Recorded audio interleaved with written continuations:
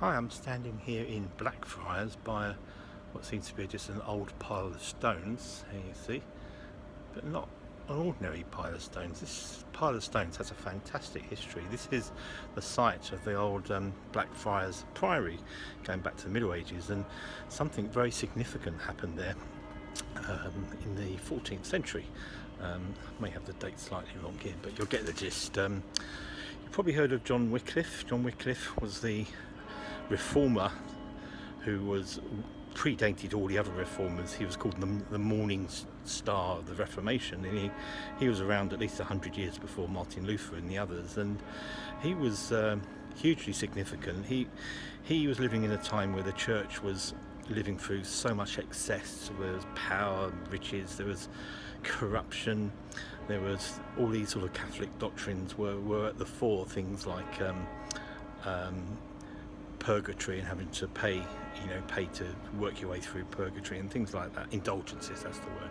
Anyway, John Wycliffe was a man of the people, and he said that the words of God should not be just under the protection of the church, because the ordinary man could not read the Bible, because the Bible was not in any language that the common man could read.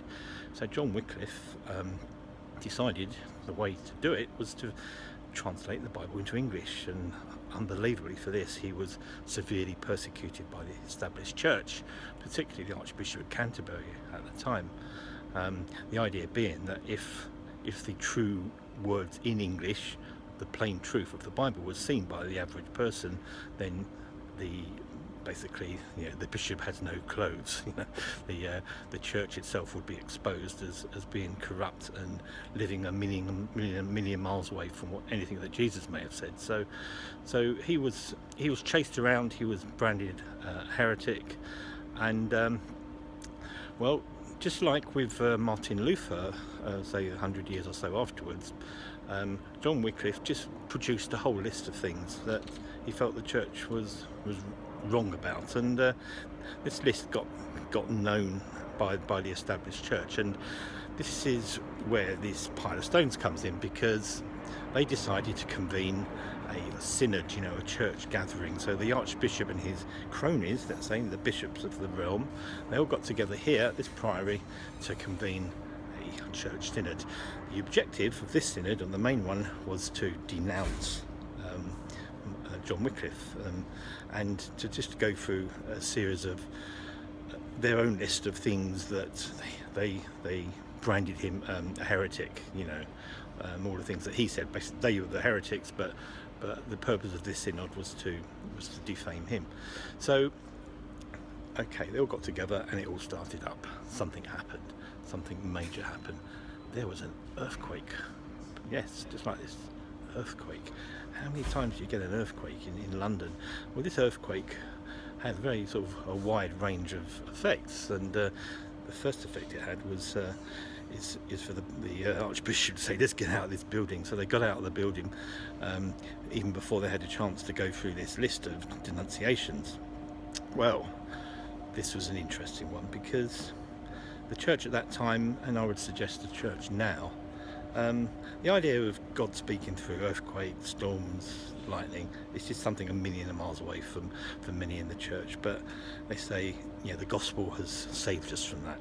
This is the actions of an Old Testament God, and God doesn't do these things anymore. He's nice and gentle.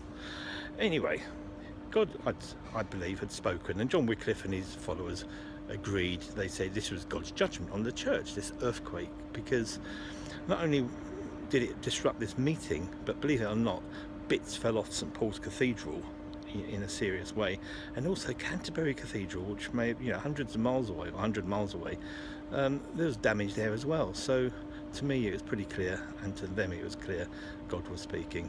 But what about the Archbishop? Well, what did he say? He said, we can explain all this with Aristotle.